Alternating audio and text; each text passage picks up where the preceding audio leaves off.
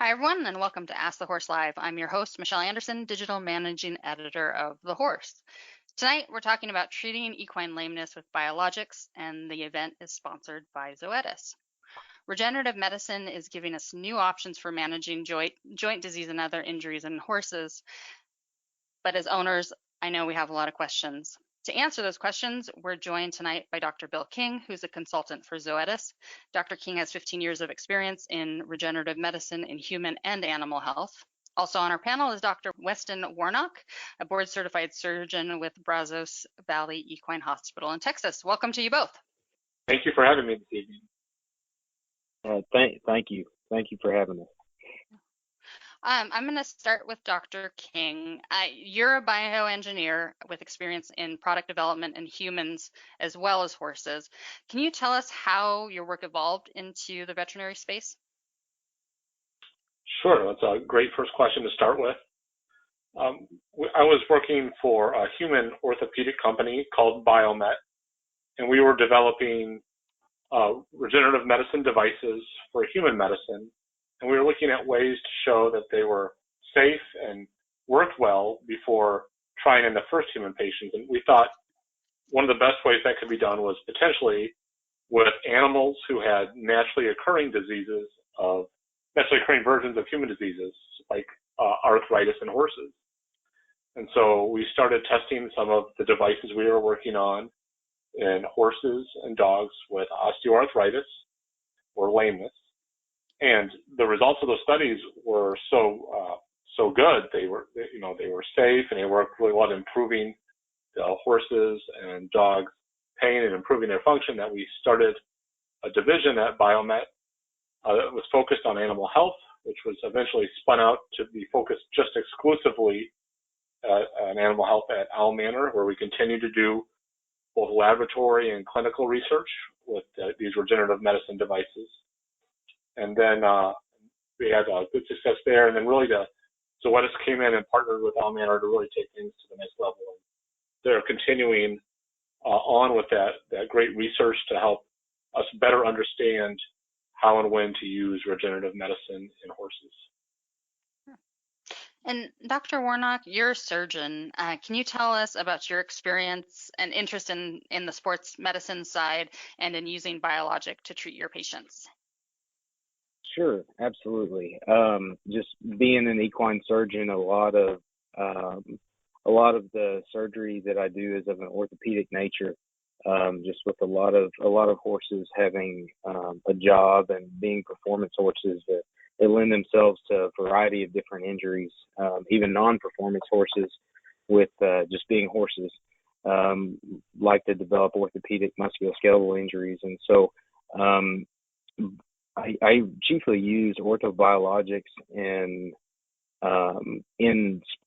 purely sports medicine sense, as an adjunct or a replacement for the traditional hyaluronic corticosteroid regimen of intra-articular joint therapies, but it's also with the widespread availability and patient-side availability of a lot of the biologic systems that are available. It's become a lot more widespread in terms of its use, and we've seen some tremendous gains in healing of both soft tissue and articular injuries. And then from a post-operative sense as well, after arthroscopy, we've gone by far and away to using biologics more so, just even after traditional arthroscopy. I want to give our audience a quick review of our Ask the Horse Live format. We're going to be starting with questions that everyone submitted during registration. If you have questions that you'd like to ask live or would like a clarification on one of the doctor's responses, you can enter your question in the chat window in front of you.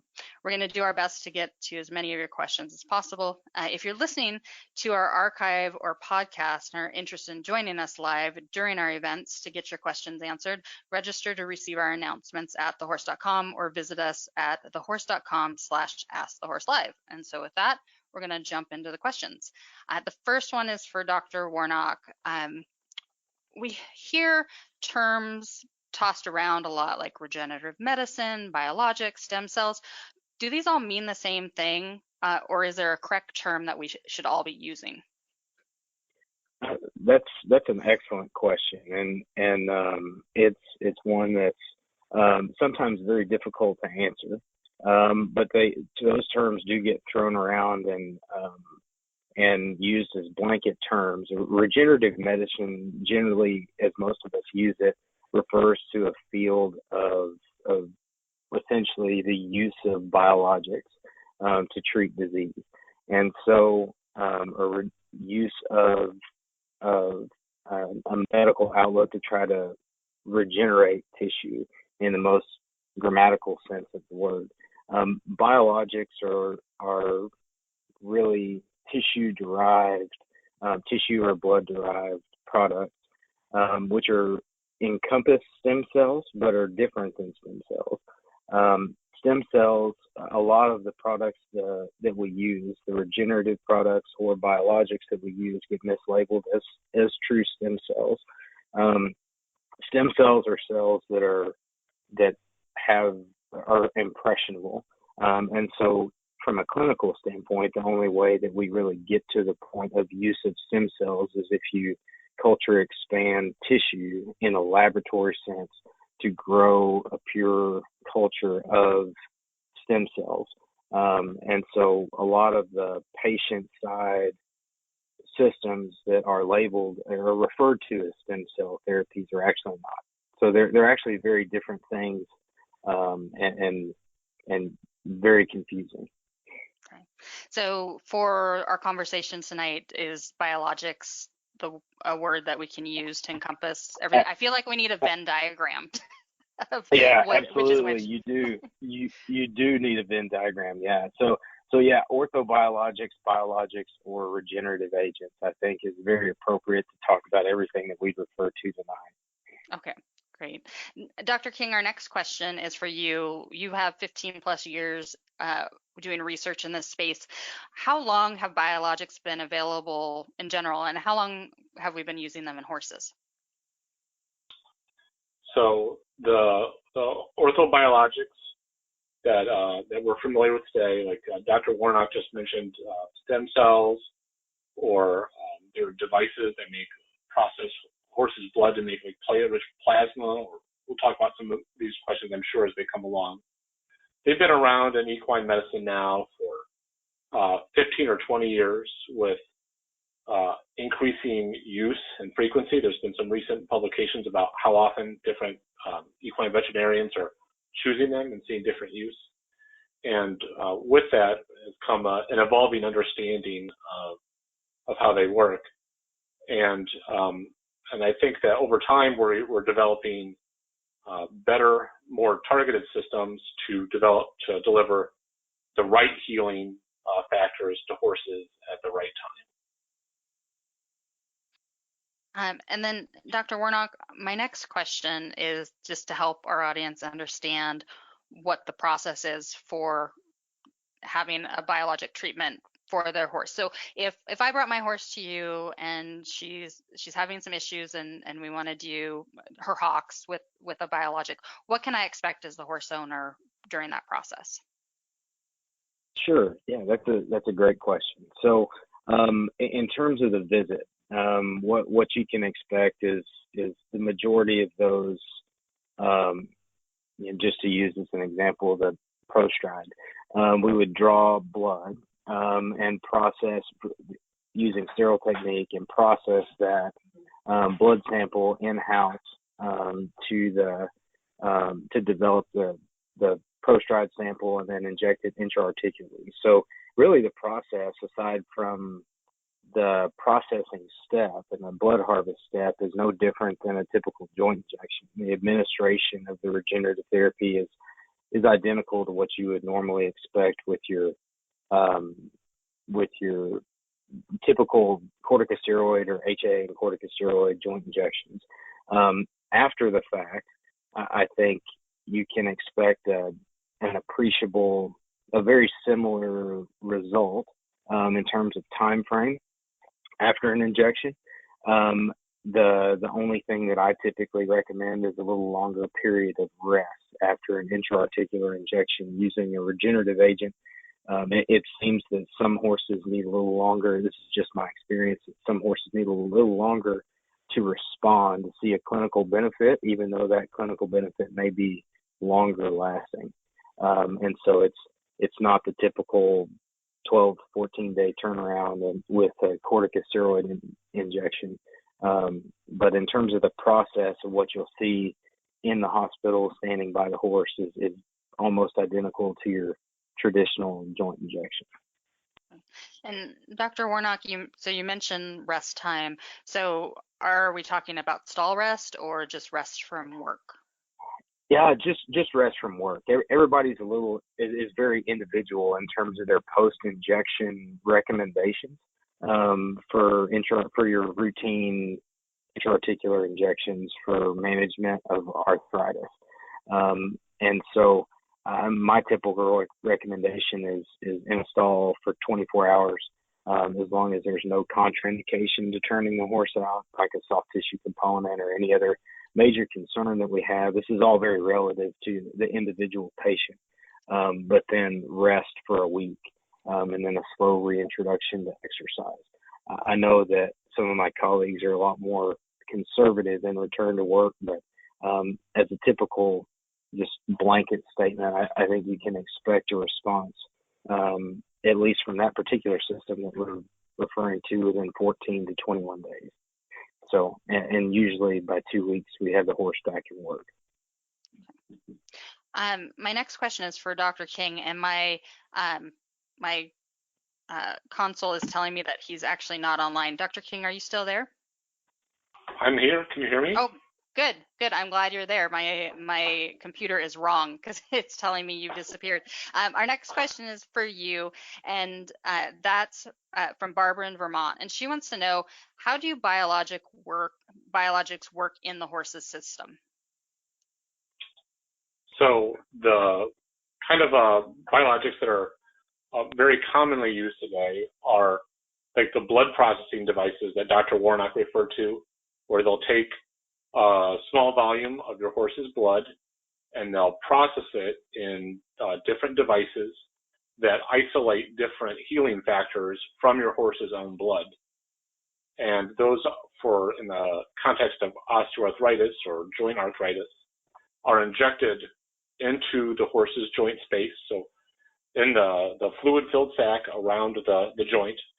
And what that does is it introduces different combinations of different healing factors depending on the device to try to lessen the inflammation in the joint, as well as to promote healing of damaged cartilage tissue, or to try to sort of tighten up some of the inflamed lining of the joint if the joint is sort of swollen a little bit, to try to bring the healing processes in place. And what really that does is it kickstarts the healing process, and the horse's body can then take over and sort of finish the healing process from there. So it's jump-starting a healing process that allows for long-term improvements in joint pain.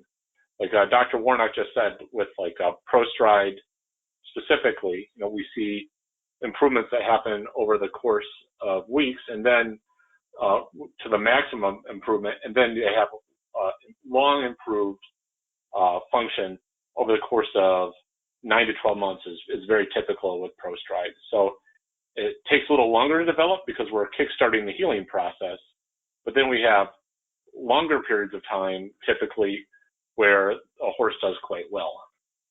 So we're really doing more than just treating a symptom. We're changing the biology of the joint with these biologics.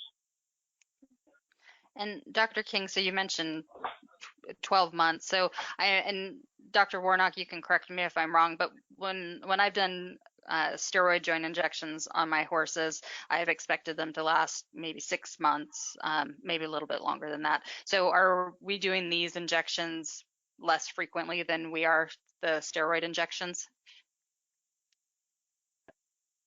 Absolutely, I would think so. Clinically, we use them.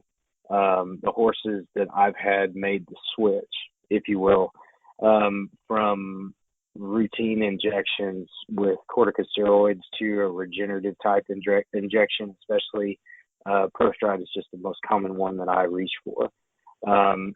And I find that we are injecting those horses much less frequently.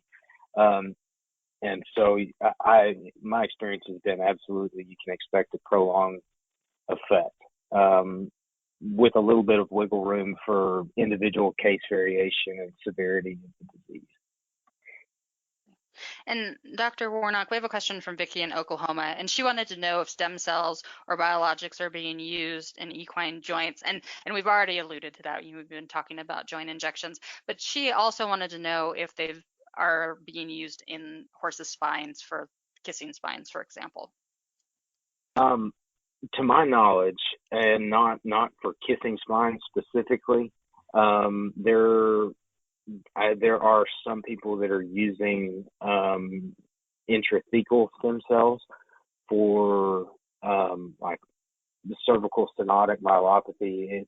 To my knowledge, there's one safety study that is out, but no efficacy on that at all. So there are some horses that have a contraindication to the use of steroids, like a systemic PPID or Cushing's, if you will, or metabolic syndrome that puts them at a higher laminitis risk for the use of systemic corticosteroids.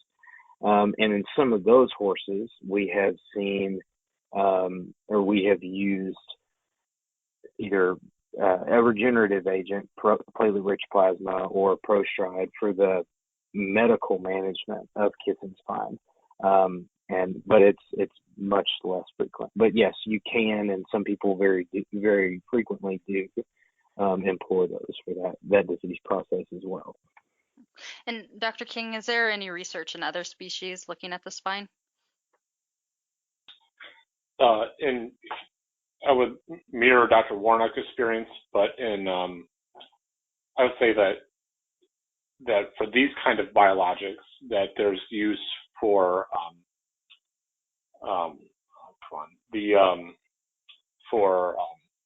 facet injections in humans, and there's been quite a bit published on the use of platelet-rich plasma for facet injections in humans with promising clinical results. And also, that's something I've heard increasingly done by equine veterinarians as well, but certainly that's an emerging application for orthobiologics in horses, I would say. Dr. Warnock, do you have any experience doing that, or is that something that you've just heard of at meetings? Yeah. Yes, sir. No, I do have some experience, and I think the phrase you use is really, really good, an emerging application, because that's really what it is. I think clinically, we started, at least in our practice as well, we started trying to explore other pathologies that are associated with kissing spine, because we see it so frequently in a Western performance horse. And so the lumbar and thoracic excuse me, the lumbar and thoracic facet joints, we see arthritis in those joints as well, albeit it's very difficult to diagnose in horses without a bone scan or nuclear scintigraphy. But and we do use a lot of PRP for intra-articular use because we're injecting so many joints most of the time, and so it is just safer. And then you have the prolonged clinical effect and benefit from the regenerative agent versus an IA corticosteroid, an intra-articular corticosteroid. So yes, I think it's, even in our practice, it's kind of an emerging application, but we have treated a handful of horses with intra-articular PRP in the lumbar facets, and personally, I've been, even though it's a very low number, been very happy with the results. I think that question came from Vicky in Oklahoma, but that's a question during registration we received a lot of. It was about kissing spines, and I think that those of us who've managed horses or had horses with that, it's just like you're just holding out hope that there's something that can help your horses. So looking forward to more on that. Our next question is for Dr. King, and bringing up PRP is a nice segue into it. So Patricia in Maryland wants to know if you can explain the difference between Prostride APS injections, IRAP, PRP, ACS, and I'm going to add MSCs to that list. So there's all these acronyms, and this is I work in this every day as an editor at the horse, and I still get confused and have to use my cheat sheets for these. So Dr. King, can you go through those different acronyms and explain what they are, but briefly? Sure. Briefly, MSCs. Well, stands for mesenchymal stem cells or mesenchymal stromal cells. And for horses, that typically there'll be a bone marrow draw from your horse, and that bone marrow is sent off to a facility or a university where they'll isolate the stem cells from the bone marrow, or occasionally fat, and they'll grow them up in a dish, and then they'll send them back to a veterinarian for application. So it's a purified cell type, stem cell type, that sort of impressionable cell that Dr. Warnock referred to. The other products you referred to all come from your horse's own blood, and then they're put into different devices, stall side or barn side, and processed. And I would say probably the first one that was used in equine medicine was the platelet-rich plasma devices. And in those devices, they take your horse's blood and they put them in a device in a centrifuge, and they capture a high concentration of platelets from the blood. And they want to capture platelets because platelets contain a lot of proteins called growth factors. And growth factors are really important proteins in tissue repair. And so, for example, when injected in a joint, they could help drive cartilage repair, the tissues at the ends of your horse's bones. Then came a product called IRAP or ACS. Those devices they're effectively the same devices. There's several of them available. And in that, you take a horse's blood without anticoagulant in it. So they put them in this tube that contains glass beads, and the glass bead causes your horse's blood to clot. And they put that in an incubator for overnight, and that clot produces a number of factors into the serum that's also in there, and that contains anti-inflammatory proteins in it. And so the veterinarian will take the device out of the incubator after a day, and they'll pull the serum off that contains what the cells in the clot released, including those anti-inflammatories. And they'll do an injection, and they'll freeze down some of the IRAP or autologous conditioned serum or ACS for later injections. So that modality usually takes an overnight incubation step and number of injections to produce anti-inflammatories. And the most recent iteration of these blood processing devices is the ProStride APS device. And APS stands for autologous protein solution. And what the ProStride APS device does is it combines those growth factors from PRP and the anti-inflammatories from ACS, but without that overnight incubation step. It does it all in 20 minutes, stall side, barn side, no trailing required. And it produces them at a higher concentration. And what that higher concentration allows for is it to be done typically as a single injection rather than a series of injections. So ProStride APS combines both anti-inflammatories and growth factors to enable tissue healing and improved osteoarthritis symptoms. I'm not so sure that was short, but I tried.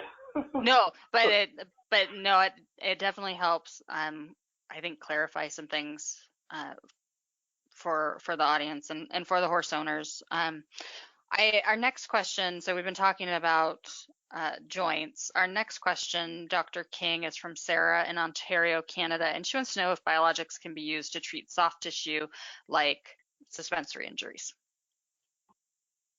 Well, the short answer to that is yes, that it can. And I'd be interested in Dr. Warnock clinical experience in a minute, but there's been a decade plus of positive clinical results for using platelet-rich plasma, or PRP, in soft tissue injuries in horses, including several positive clinical studies with the Restigen PRP device from Zoetis, which is a high platelet concentration device. And another orthobiologic that has emerging use in soft tissues is the ProStride device that I just referred to. We recently conducted a randomized controlled study at the University of Pennsylvania's veterinary school with Dr. Kyla Orved. And there we were able to show that there was faster tissue healing with ProStride injected tendons, and they had a more natural tissue healing type compared to saline control. And so we were able to see multiple levels of improvement with ProStride as well. So there's been a decade plus of good clinical experience with PRP, both in published studies and in clinicians' hands, and emerging use with ProStride as well. But Dr. Warnock, I'd be curious to hear your clinical experience. Yes, sir. Dr. King, that is what I just kind of echo exactly what you mentioned. We use biologics every day to treat soft tissue injuries, and I've gone to using ProStride very frequently to treat proximal suspensory injuries. It is most of, just from a clinical standpoint and ease of use, most PRP systems have such a high volume we don't end up needing that much for most injuries, and I think the concentrated low volume ProStride device has been very useful clinically, just because it's such a concentrated dose of growth factors and anti-inflammatory cytokines, as well as a platelet fraction. And so clinically, we see huge benefits with the use of orthobiologics and in all soft tissue injuries, intra-articular and extra-articular soft tissue injuries, but especially the proximal suspensory region, which is just very frustrating clinically, especially in the Western performance horse. So, Dr. Warnock, our next question is from Stephanie in California, and she wants to know how we know which is the best option for our horses, steroids versus biologics. Sure, that's a great question. I don't know that there is an easy answer for that that encompasses all horses. I think it is very much based on your individual case from a medical standpoint, from the problem that you're treating. If in talking about if steroids are in the conversation, most of the time we're referring to management of osteoarthritis or synovitis, kind of the precursor to osteoarthritis, or just routine joint pain in performance horses. I think that there is a large shift in early detection of joint pain, and then the use of biologics as disease-modifying medications as opposed to just anti-inflammatories and pain relievers is probably the biggest reason why I reach for biologics in the management of joint disease, is to try to avoid the development of osteoarthritis if that is possible, or at least slow the progression. I think cost is also a reality to every horse owner, and being practical as well. If everything was the same price or free, I think it would be a no-brainer, but things do add up, and horses tend to come with a large bill most of the time. And so I do think that being practical is also wise, and steroids definitely have their place in the practice of sports medicine. They still are the most potent anti-inflammatory that we have, and so they definitely have their role and their use. But I think it's a very difficult question to answer, but I think there are a lot of exciting possibilities as biologics get more widely available and widely used. So, Dr. Warnock, earlier in our conversation, you briefly mentioned horses with PPID or metabolic issues, and that there can be a laminitis risk with the corticosteroid injections.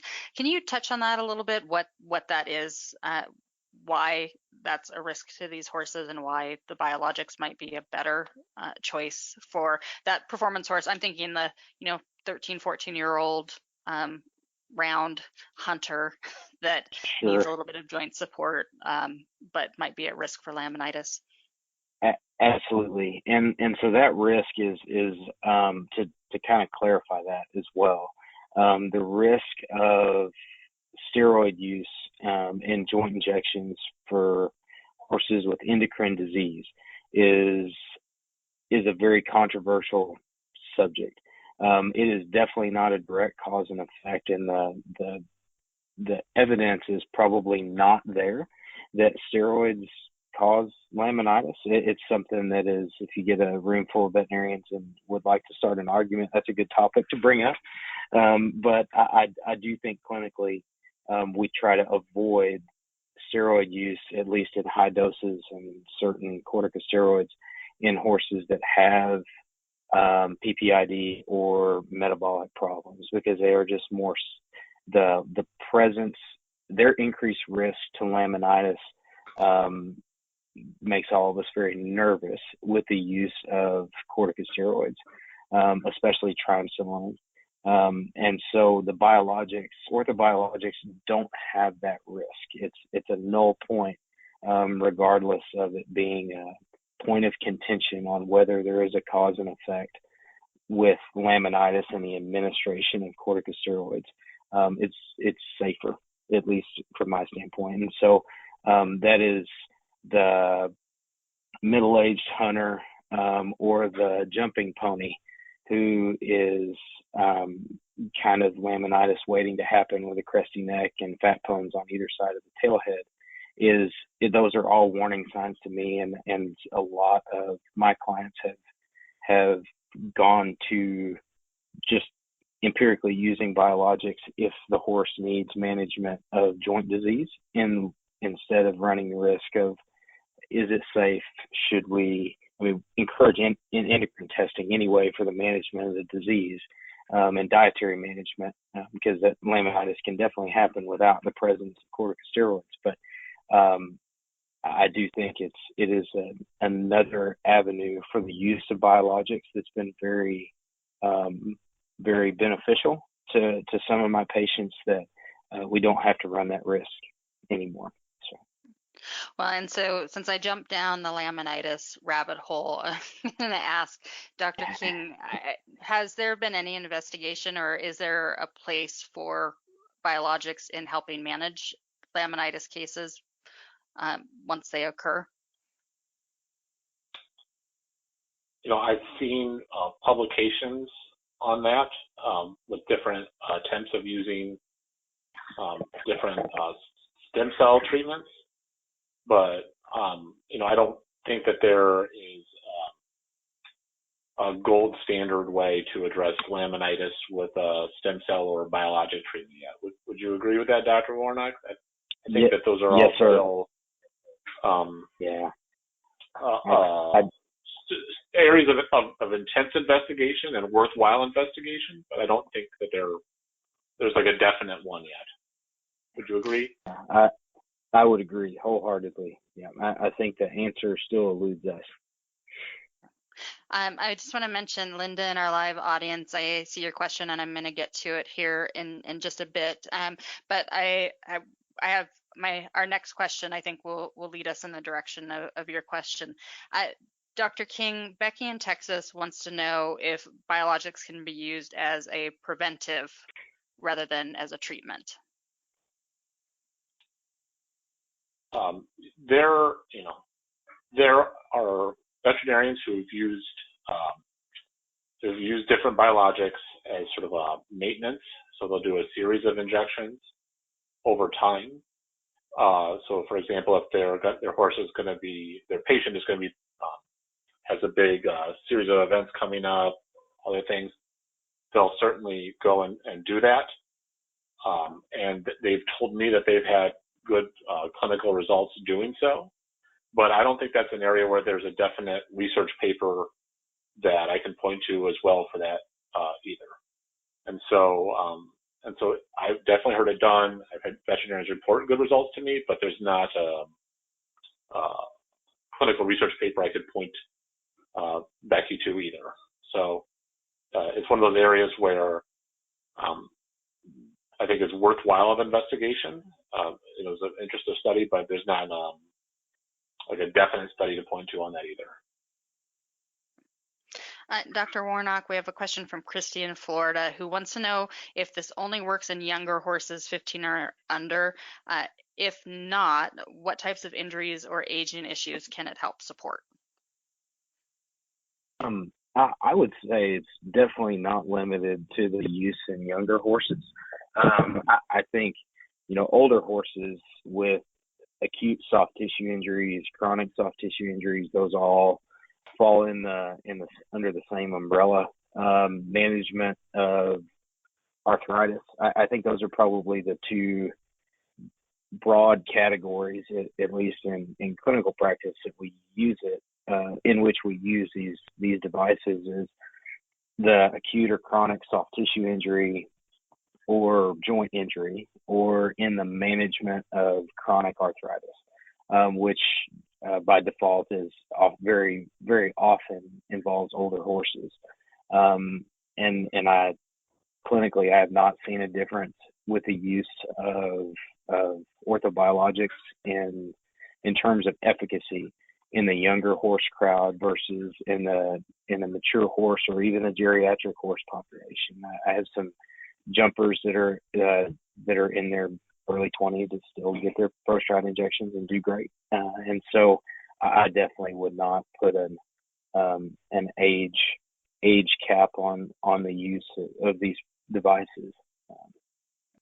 So, Dr. Warnock, if you have a horse that's been maintained for a while on corticosteroids and HA injections, and they start not working as well as they used to, is that horse a candidate for ProStride, or should have this been started earlier on at that point? Oh no, absolutely. I think a lot of it depends on the pathology, right? There are some. I think that's also a very difficult question to answer. But if there is not a direct contraindication, meaning that if the arthritis is not progressed to the point where nothing would help it, which in humans you get joint replacements, right, arthroplasties, but in horses we're not there quite yet. And so I think as long as there's not that obvious contraindication, using a horse that's been maintained on routine hock injections for forever, and it's starting to not work, or you're not seeing the clinical benefit that you did before, I definitely think that horse is a candidate for an orthobiologic. I can't promise that it's going to help, but I do think that there are some horses that do see that benefit. It just all depends on the progression of the arthritis and or joint disease for that matter. It doesn't necessarily have to be arthritis. It could be an intra-articular soft tissue injury, but it all depends on the initial pathology. I think the longer the horse has been treated, typically the worse pathology, and so the lower your expectations should be on the other end of treatment, if that makes sense. And so I think that will lead us nicely into Linda's question, who's in our live audience. She has a mare who is unable to get up once she's down. She wants to know if biologics could help a horse that's at that stage where they're having a hard time getting up when they're after lying down to rest. That's tough. I think there are a lot of things that we use to kind of quote unquote stage joint disease in horses, and the radiographic appearance of those joints is what we use really to guide the severity. And so orthobiologics are great, and they have a very emerging role in the treatment of sports medicine in horses, and joint disease in horses, but they're definitely not going to reverse arthritic changes that are already present. And so that may be beyond the scope, of what the orthobiologics can do. But they may be an adjunct, a benefit potentially, but once cartilage is gone past a certain diameter, it's been shown not to regenerate. And so without some aggressive intervention. And so I think keeping that in mind, that there is no silver bullet really for established advanced osteoarthritis. Dr. King, our next question. Could I just add something here in context from human medicine? Yes. There was a recently published study where they tracked like 11,000 human patients. Now, I want to say at the get-go here, a horse is not a human, right? But there are things we can learn by looking at across species. And they followed 11,000 people who had either recently been diagnosed with early osteoarthritis or were at risk of developing osteoarthritis. And they just observed what they were treated with and what happened to them over the course of like 9 or 10 years. And in those human patients, they were able to follow, I think, like 7,000 of them in the end. For every corticosteroid injection that a human being got, they were 9% more likely to receive a knee replacement over that period of time.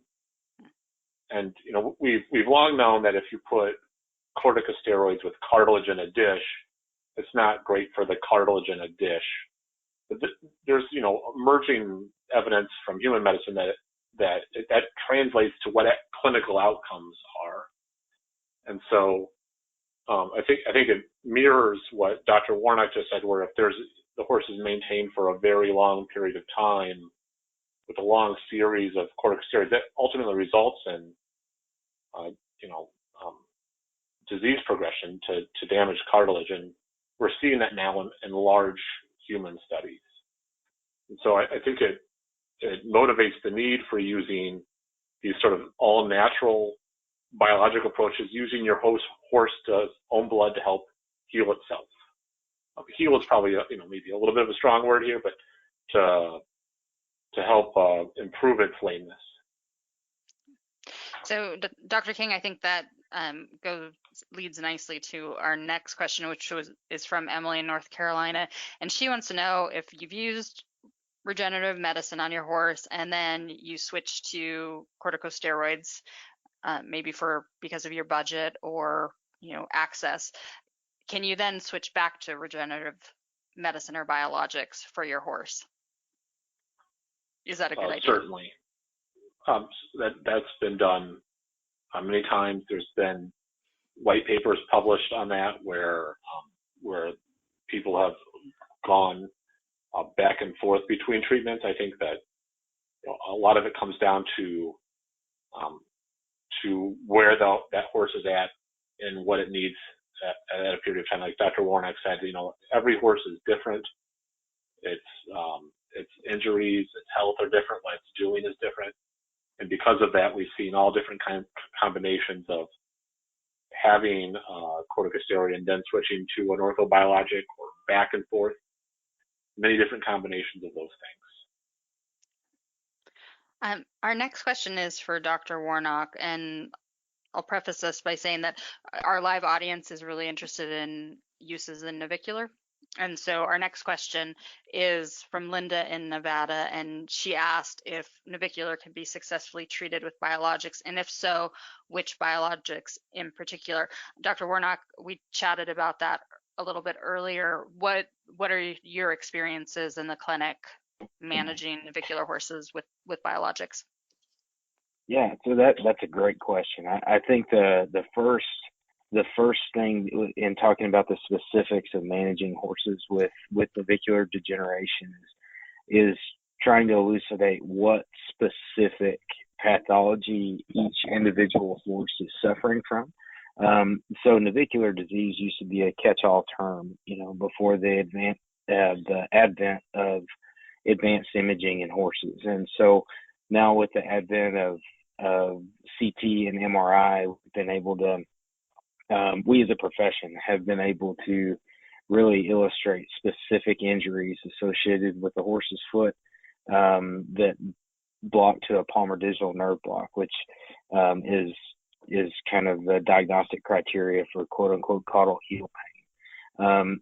In horses with navicular problems in the most traditional sense, so horses with an inflamed navicular bursa or degenerative changes to the navicular bone without the presence of soft tissue injury in the deep digital flexor tendon or the distal implar ligament.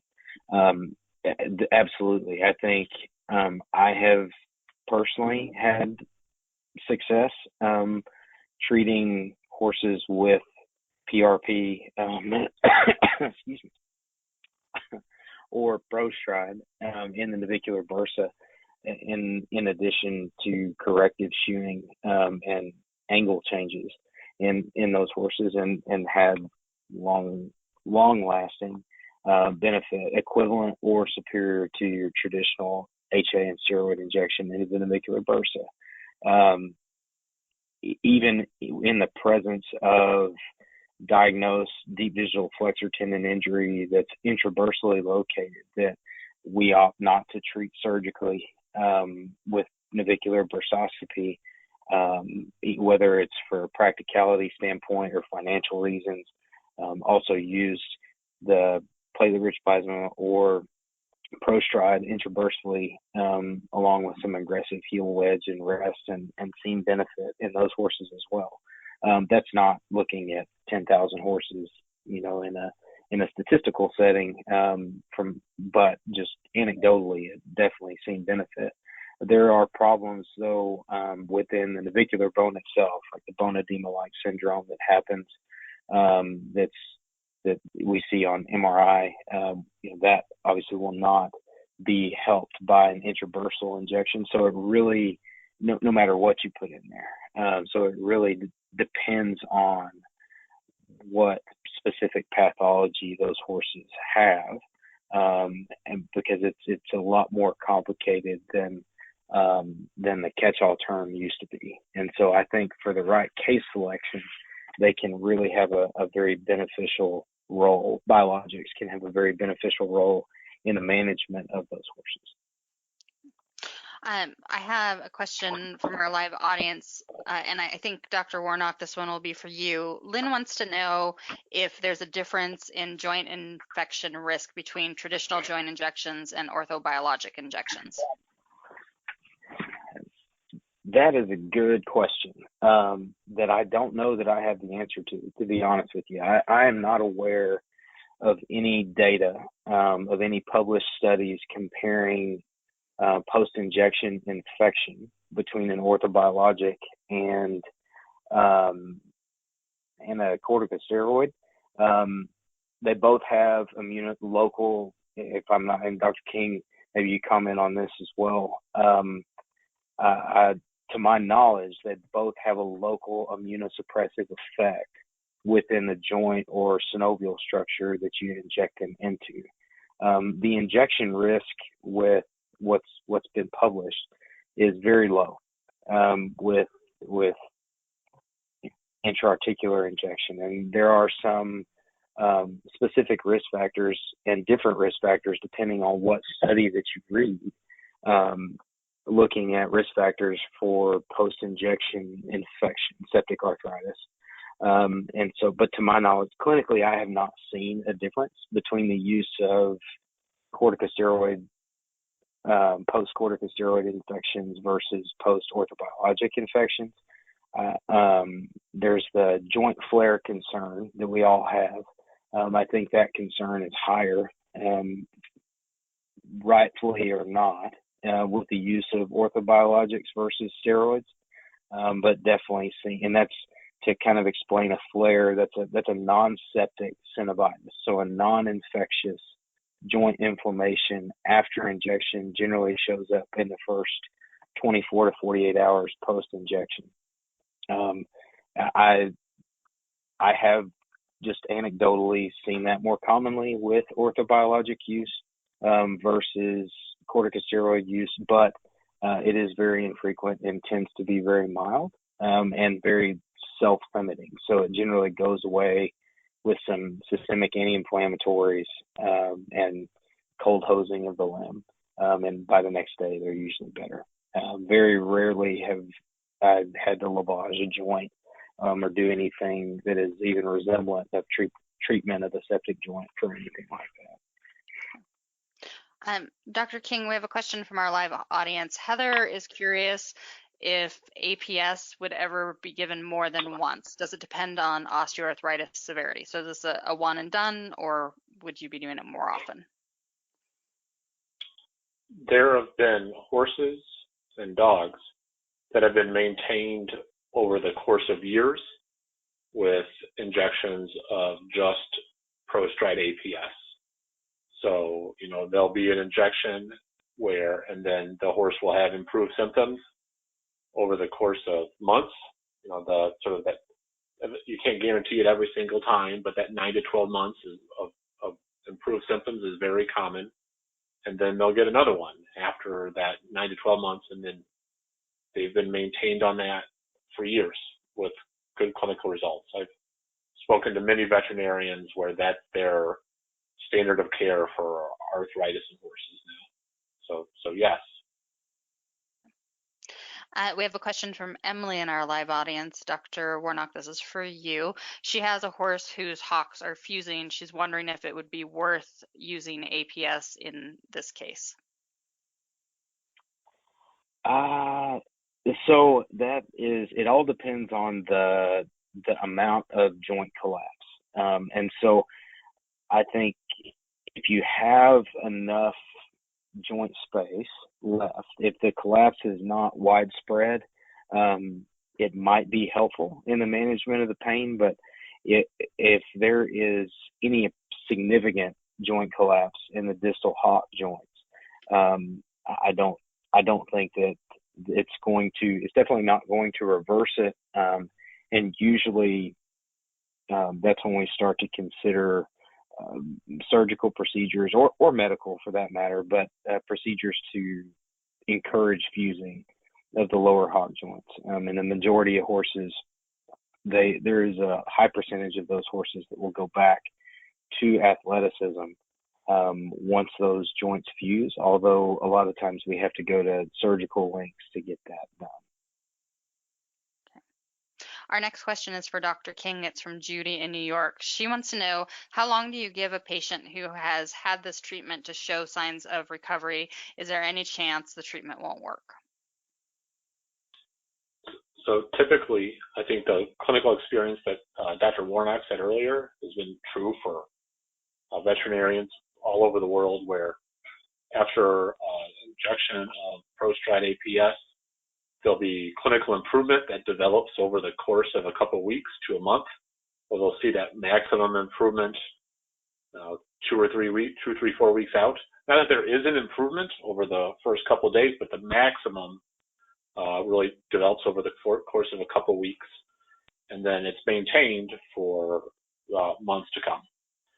And just like any other medical procedure, there's the outcomes from a Prostride APS injection depends on a lot of things, including the horse's condition and what it's doing and how it's rehabbed and all those things. So all that factors into how well the treatment might work. We have a question from Candace in our live audience, Dr. Warnock. It's for you. She wonders whether biologics can help horses with ring bone. So can you describe to us what ring bone is, and then if biologics can be used to help that condition? Sure. So ring bone is a layman's term for osteoarthritis of either the pastern joint or the coffin joint. So what colloquially what commonly has been referred to as low ring bone as distal interphalangeal joint or coffin joint arthritis. High ring bone has traditionally been referred to refers to pastern arthritis or proximal interphalangeal joint osteoarthritis. And so that kind of goes back to the stage of the arthritic process that the joint is in.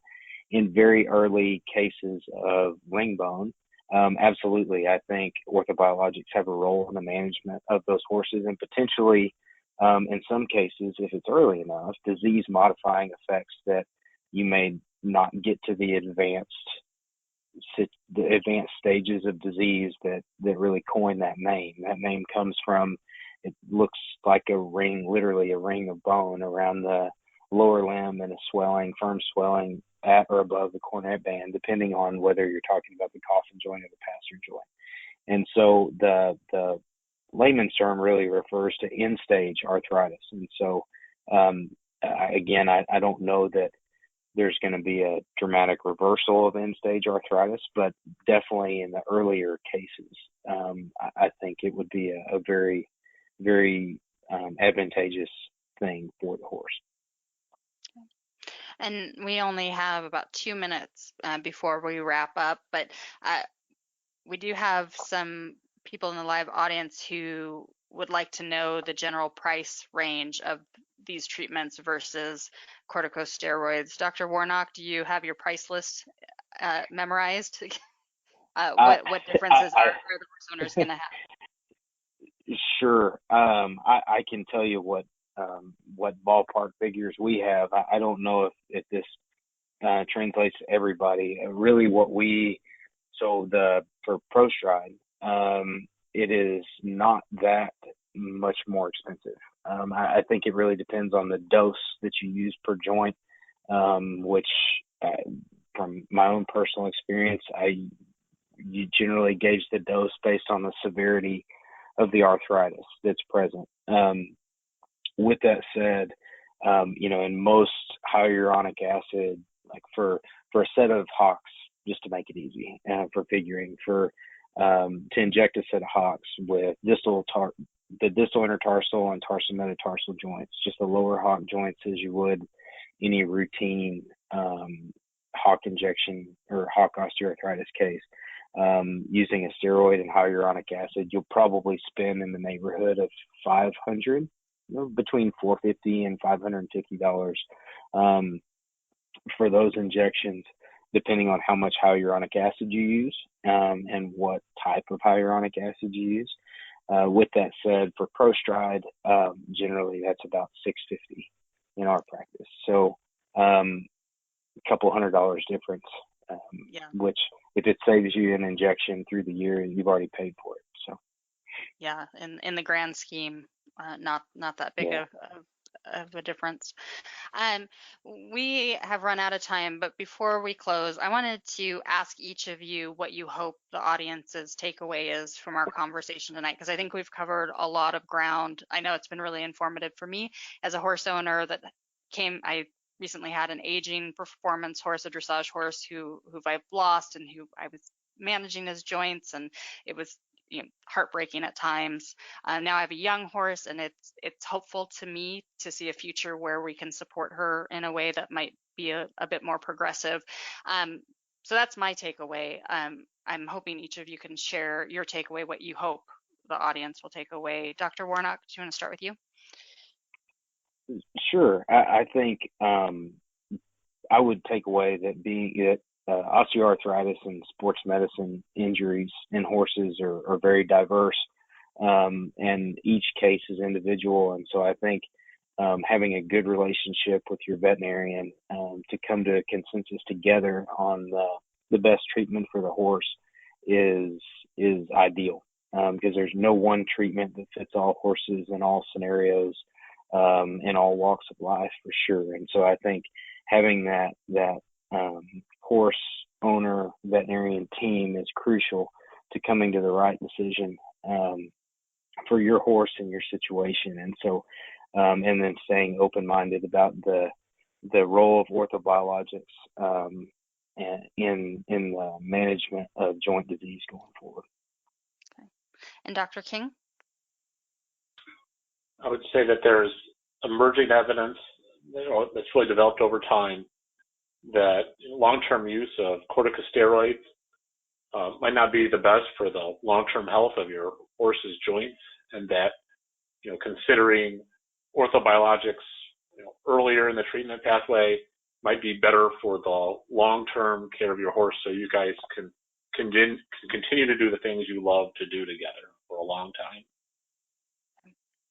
Well, we are out of time. We've gone a little bit over, so thank you for your patience, because I just wanted to get that in. I want to thank both of you, Dr. King and Dr. Warnock. For me personally, I know I'm walking away from this conversation having a better understanding of these products and what they offer our horses. So thank you, Dr. King and Dr. Warnock, for joining us.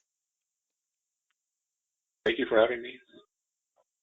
You bet. Thank you very much. Really enjoyed it. I also want to thank our sponsor, Zoetis, and to our live audience, thank you for your questions during this past hour. We hope that you join us next time. We're going to be talking about nutrition. Until then, from all of us at The Horse, thank you for listening.